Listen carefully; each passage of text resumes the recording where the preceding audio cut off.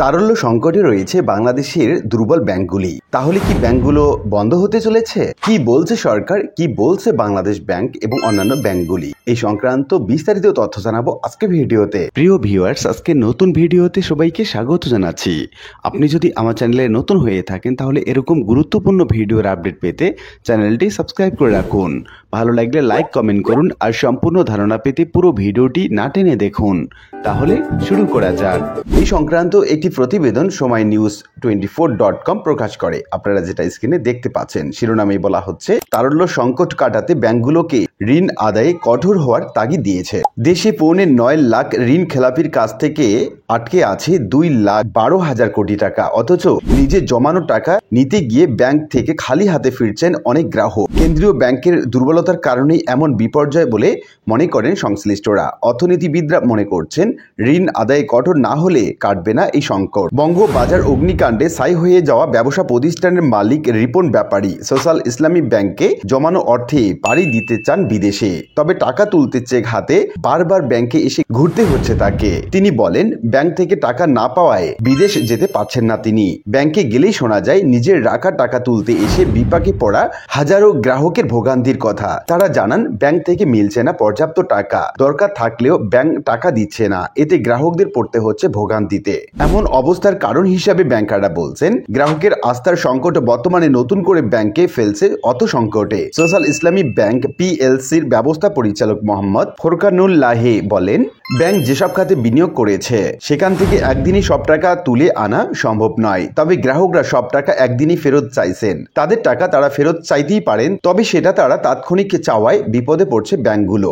জানা যায় ব্যাংক খাতের এমন নাজুক পরিস্থিতির জন্য দায়ী খেলাপি ঋণ। চলতি বছরের মার্চ পর্যন্ত ব্যাংক এবং নন ব্যাংক আর্থিক প্রতিষ্ঠানে এই ঋণের পরিমাণ বেড়ে হয়েছে 2,12,143 কোটি টাকা। 8,76,190 জন ঋণ খেলাপির কাছে আটকে আছে এই পরিমাণ টাকা। একই সময় আর্থিকভাবে ঋণ নেয়া গ্রাহকের সংখ্যা 77,35,470 জন। আর বিতরণ করার ঋণের স্থিতি 16,66,995 কোটি টাকা। ব্যাংক খাত সংশ্লিষ্টরা বলছেন, লুটপাট বন্ধে বাংলাদেশ ব্যাংকের দুর্বল অবস্থানের কারণেই এমন বিপর্যয়। ন্যাশনাল ব্যাংক লিমিটেডের চেয়ারম্যান আব্দুল আউয়াল মিন্টু বলেন, সংকোচনমূলক মুদ্রানীতি মেনে চলার ধারণায় বসে থাকলে দেশকে আরো বিপদে পড়তে হবে। লুটপাট বন্ধে বাংলাদেশ ব্যাংকের অবস্থান দুর্বল, এই অবস্থা থেকে বেরিয়ে আসতে হবে। বাংলাদেশ ব্যাংকের তথ্যই বলছে সাধারণ গ্রাহকের আমানতের টাকা কিভাবে লুটপাট হয়েছে। তবে পরিবর্তিত পরিস্থিতিতে গ্রাহকের মনে আস্থা ফেরানোর তাগিদ ব্যাংক মালিকদের সংগঠন বাংলাদেশ অ্যাসোসিয়েশন অব ব্যাংকসের।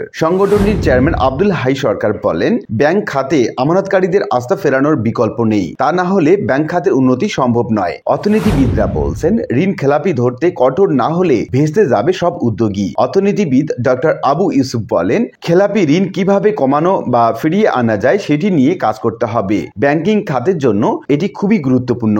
আন্তঃ ব্যাংক থেকে সহায়তা পাওয়ার দুর্বল ব্যাংকগুলোর প্রতি গ্রাহকের আস্থা ফিরতে শুরু করলেও অভিযোগ রয়েছে চাহিদা অনুযায়ী টাকা দিতে পারছে না অনেক ব্যাংকই। এই অবস্থার অবসান কবে হবে তার সদুত্তর মিলছে না কারো কাছ থেকেই। এদিকে সময় নিউজের আরেকটি সংবাদে বলা হচ্ছে, একীভূত করে দেশের ব্যাংকের সংখ্যা কমিয়ে আনতে হবে, বলছেন আনিস এ খান। দেশের ব্যাংক খাতে শক্তিশালী এবং সুসংগঠিত করতে দুর্বল ব্যাংকগুলোকে সবলের সঙ্গে একীভূত করে ব্যাংকের সংখ্যা কমিয়ে আনার আহ্বান জানিয়েছেন মিউচুয়াল ট্রাস্ট ব্যাংকের সাবেক ব্যবস্থাপনা পরিচালক এবং অ্যাসোসিয়েশন অব ব্যাংকার্স বাংলাদেশের সাবেক চেয়ারম্যান আনিস এ খান। তো উল্লিখিত আলোচনা থেকে আমরা এটুকু বলতে পারি যে গ্রাহকদের চাহিদা অনুযায়ী অনেক ব্যাংকগুলো তাদের টাকা দিতে পারছে না, আর এই কারণে অনেক অর্থনীতিবিদ এই ব্যাংকগুলোকে একীভূত করার চিন্তা ভাবনা করছে। আর এই কারণে অনেক ব্যাংক বিলুপ্ত হয়ে নতুন ব্যাংকের সঙ্গে অর্থাৎ সবল ব্যাংকের সঙ্গে যুক্ত হতে পারে। আশা করি বিষয়টি বুঝতে পেরেছেন।